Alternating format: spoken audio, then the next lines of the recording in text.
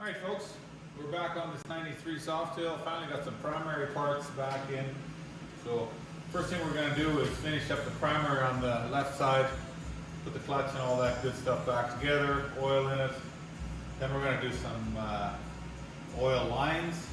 I can't remember if there was an oil cooler for this motor or not, but we're going to put some oil lines back together, plumb them in, get oil in the motor, get our air cleaner back on, and we've got to wire up our ignition. And there really isn't a whole lot left to do, but there is, so let's get at her. To start this primary off right, we've got a brand new primary chain from Taiwan. And we've got a BDL compensator.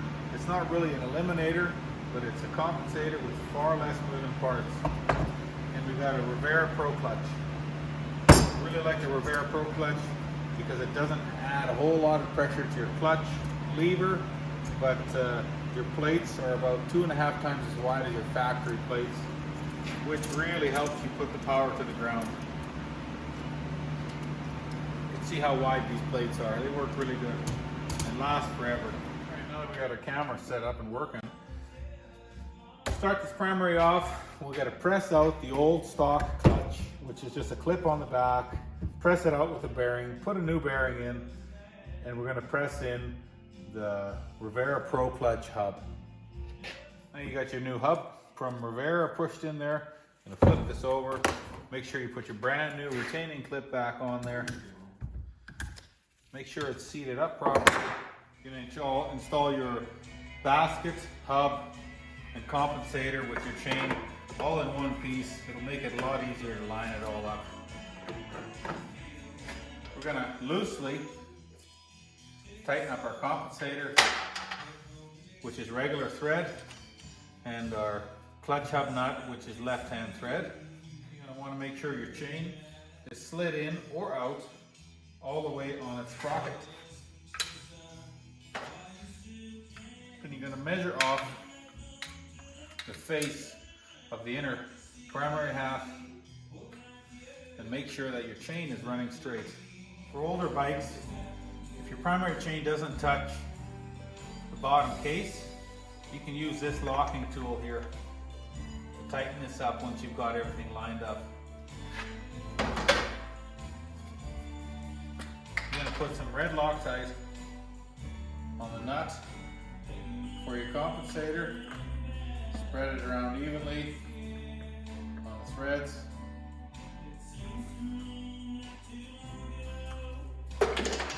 You're going to run that on there and tighten it to, I believe it's 170 foot-pounds. Same thing with your clutch hub nut. Keep an eye on your year because the older ones, I believe it was 86 or 87, were tapered input shaft into the tranny, and you only tighten them to 60 foot-pounds or you split the hub on your clutch. On these newer ones, they're all 80 foot-pounds. And it's a left-hand thread, so lefty-tighty, righty-loosey. Primary chain tightness is about 1/4 to 3/8 of an inch.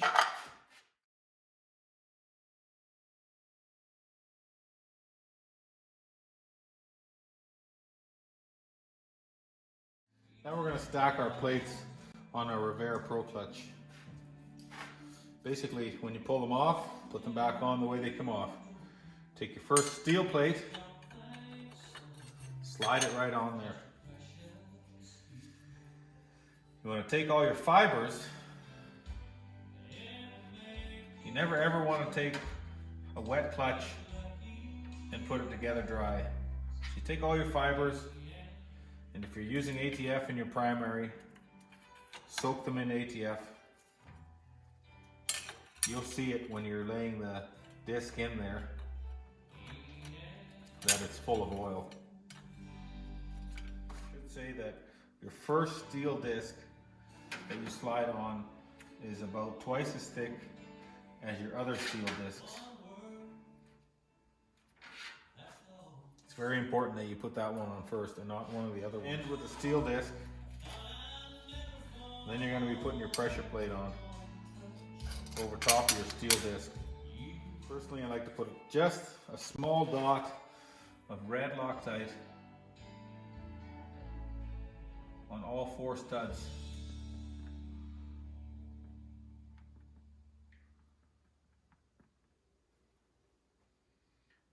clutch. Then you're going to slide your spring on there, your plate, and your 4 nuts onto those studs that we just put Loctite on. You're tightening up these 4 nuts. It really doesn't take much. I think it's about 9 foot-pounds.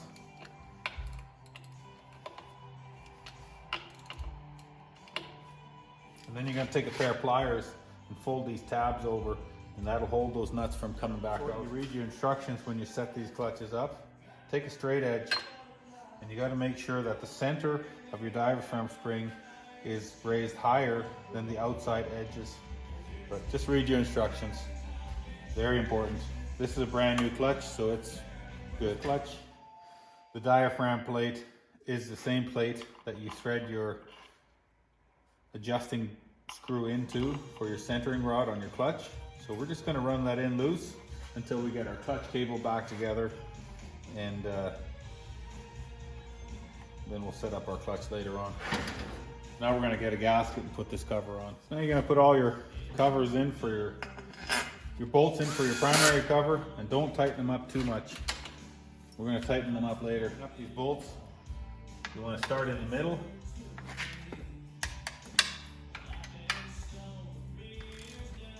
Work your way right and left, and tighten them to about 100-110 inch. Put a little liquid thread sealant on, and put your drain plug back in there. Do not over tighten that, it doesn't take much. Your inspection cover and your derby cover, especially these old 3-hole ones, do not tighten them more than 60 inch-pounds. If you tighten these ones to 110 inch-pounds, you're going to warp that cover and it's going to leak.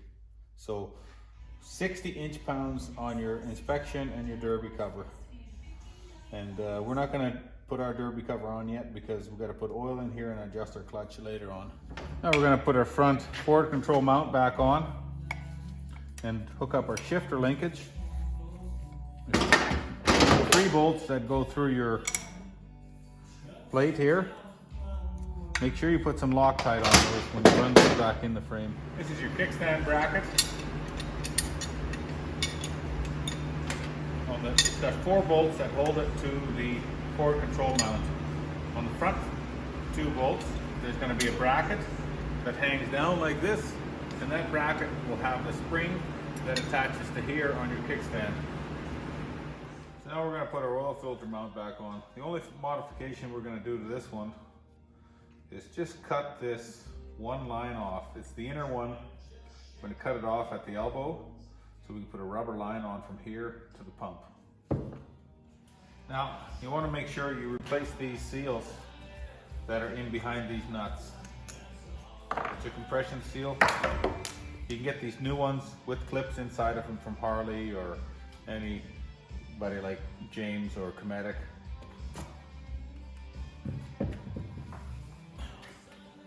Now that we've got some tape on our lines, and we're going to feed our oil filter mount back in there and bolt it up with a little red Loctite. So we're going to start with some brand new 3/8 oil line. Make sure you blow a little air through there with your air hose. This line here on your pump is your feed. That goes to the fitting on the back of your oil tank that faces towards the transmission. That's your feed line. So once again, the fitting that faces towards the transmission on the back goes to this one right here is your oil feed. And your outside line on your oil filter mount right here still comes up to where your original location is and goes to the inside nipple on your oil tank, the one closest to your seat post. That will be a return from your filter back to your tank. Then the nipple on the bottom of your oil pump goes to the inside line of your oil filter mount. Last oil line to hook up is the nipple on the crankcase right above your oil pump, goes to the outer nipple on your oil tank. That's basically your vent for your oil tank, and then that'll vent through your crank breathers here on your intake. Now you've got your oil filter on there. We're going to use Lucas conventional 2050 oil, which is non-synthetic. Do not ever use synthetic oil for breaking in your engine. If you do, you have a possibility that your rings won't seat up properly. So we're going to throw 2.5 liters in here for now until startup, and then we're going to check our oil again. Wiring. So we're going to get our voltage regulator on. That way we can run our main wire back to the circuit breaker, along with the wires for our pickup. Get the soldery end onto the ground cable. I like to use this stud right at the voltage regulator because that stud is part of the frame. That way you know you're getting a good ground. Use a lock nut on there so that ground does not come loose. In '93, the main circuit breaker was mounted to the plastic parts of your rear fender. So your positive lead for your voltage regulator, you're going to put on your silver stud. Now that we've got that back together, time to throw some oil into our transmission. We're going to use AMSOIL 75-140 Severe gear oil with zinc. And these early 5 speeds are about 700-750 mil. On the Ultima engine, this motor is 127 cubic inches. We're going to be taking the VOES switch out, especially for warranty purposes on break-in. Maybe later on the customer will put different nose cone in with different programmable advance curves, and then we may put a VOES switch in. What these do is under throttle vacuum, it advances your ignition and gives you better acceleration, a little more power. Now we're going to wire up this coil. Center post is power. You're going to use the original wires from your original harness, the white ones. Basically they're going to go on the center here, but we're going to cut the old end off because it's just crimped on from the factory and I don't like that. And we're going to solder a new end on, and also the white one from your pickup coil on the right side of your motor is also going to be trimmed up and run to the center post because it's going to take power from here to the pickup coil. Personally, anytime I solder an end on, I always like to shrink tube over the actual connection for much cleaner, better than factory look. 4 wires. We're going to use the blue, the white, we got a pink and a green. Blue is the front cylinder, pink is the rear cylinder, white is our power which goes to the center, and green is a tack if you have one. In this application we don't have a tack, so we're going to chop it off, shrink tube it, and stick it back into the harness in case a tack is added later on. Tightening up the nuts on your coil for your wires, please do not over tighten them. It does not take much to break that brass post off, and I've learned that from experience. Now if you like zip ties as much as I do, make sure you put a zip tie around the mount so that the wires don't touch on the head or the exhaust. You don't want them melting through. And don't over tighten your zip tie because you'll break those little wires. You go ahead and put your spark plug wires on. Once again, pink is the rear, blue is the front. We're going to put our top engine mount on, which is adjustable. So loosen the mounts, get your 2 bolts in your head, just snug them up loosely, not tight. So now we're going to adjust our clutch. Make sure your cable adjuster here is collapsed all the way. Loosen your 11/16 nut. Take your Allen wrench and run that center adjusting bolt all the way in until it's lightly seated. Squeeze your lever a couple times to make sure you're in the right spot. Well, see, it ever had a little more of a turn, so that's because our balls weren't seated properly on the clutch ramps.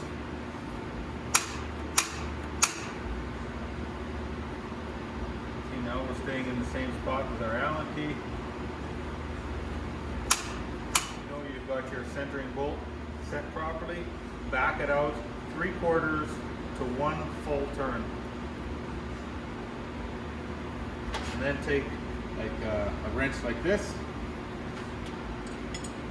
hold your center bolt, and then tighten up that center nut without moving the center bolt. Now Now we're going to adjust our cable out here. And we're going to adjust it till we have about the thickness of a nickel between the shoulder of the cable and the clutch cable perch. And I'll show you how that's set up. Make sure you tighten up your lock nut again so that your cable doesn't adjust on its own while you're out riding. So you guys can see that.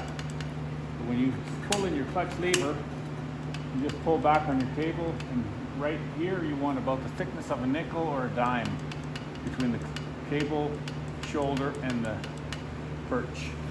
Now we're going to put this mount back on, which is the lower mount for our two tank halves, and then we're going to put our tank on. But to put your tank on, you have to take your time and be real careful. You don't want to put any tension on the tab mount, on the tank mounting tabs, or they have a tendency to break. So you're going to have to take the time to shim them, sometimes right here, here, and on top here. I'm going to start by putting the left tank on. Your bolt that goes through the tank on the frame should have a washer under it.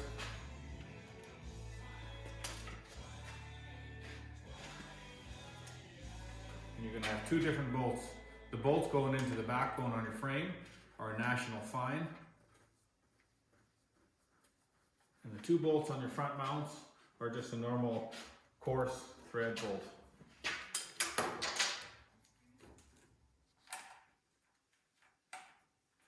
Just get them started by hand and run everything just hand tight for now. Before we put the right side fuel tank on, we're going to run our fuel line. Personally, this is just personal preference, especially on the older bikes. I like to make sure I always run a fuel filter. Your petcock does have a screen, but you're still going to see some crap come through there. And with these visual filters, you can see how dirty it is, and then you got to replace it. So anyways, that's just personal preference. I like to run a fuel filter over the carburetor, around the front, so that the wind hits it and cools the fuel, and then back into the bottom of your fuel bowl. Make sure that when you run your fuel line over top of your carburetor, and you do twist the throttle, that the cables aren't rubbing on it or any of your linkage anywhere. You don't want to end up having your throttle stuck somewhere or fuel spraying all over your motor when it's hot. We're going to put our right tank on. Once we get our tank on, there's still a crossover line right here. There's a vent line right here. And there's a crossover line underneath you're going to have to hook up later. So carefully slide your tank on into place. Looks like we'll have to move those throttle cables a little bit. Hard to explain tank adjustment, but basically if you got your left tank on and your right one slides on over top of these grommets, and everything is somewhat hand tight but movable, and there's a little bit of play, that's good, because you don't want, when you tighten up these bolts, you don't want the bolts pulling the tabs together or pulling them up or down like this, because then they're going to crack along where they're welded on the tank. If that makes any sense. If not, you know, bleep bloop it in the comments below. You see we put our crossover line on the front on, our crossover line on the top, and our vent line. And now there's one nut in the center that holds your console on, and then your chrome piece on the back here is one little bolt as well. Center console around your, so the dash around your speedo just goes right over top like that. And then there'll be one nut here. And then your lower piece goes on right like that, and then there's a tapered screw that goes in the middle. So these older 5-speeds are about 700 mils in the primary, and for that we're going to use, you guessed it, Amsoil ATF. These older bikes came with an O-ring in here. Personally, I prefer the gasket. I feel it works better. We'll start with the new cover, and if you're using an old one, lay it on a piece of glass to make sure it's flat. Because like I said before, these old ones like to leak, because lots of guys have over-torqued them. And when I say old ones, it's the older covers that only have 3 holes in them, 3 bolts. These old derby covers, you want to torque them to no more than your factory specs. which is 50 to 70 inch-pounds. So I like to choose something in the middle, go 60.